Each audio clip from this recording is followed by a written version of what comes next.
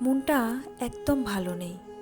চারিদিকে যা পরিস্থিতি তাতে মনটা খুব খারাপ লাগতো, আর নিজেকে খুব অসহায় লাগছে।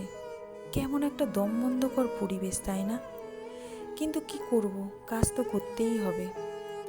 আমার মনটাকে ভালো রাখার উপায় হলো আমার এই কাজ। আমি এই কাজের মধ্যে থাকলে আমি সব কিছু ভুলে থাকতে পারি। যখন আমার মন খুব খারাপ থাকে বা খুব খারাপ লাগে, যখন আমার কিছুই ভালো লাগে না, তখন আমার এই কাজই সব কিছু ভুলিয়ে রাখতে সাহায্য করে।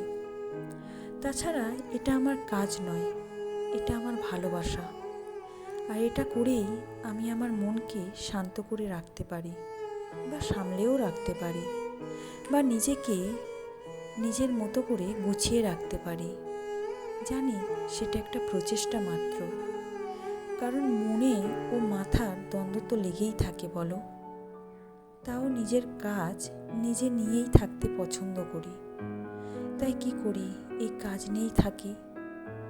যাই হোক, পুজোর কাজ তো অনেক আগেই শুরু হয়ে গেছে, আর পুজোর কিছু কালেকশান খুব তাড়াতাড়ি আসতে চলেছে।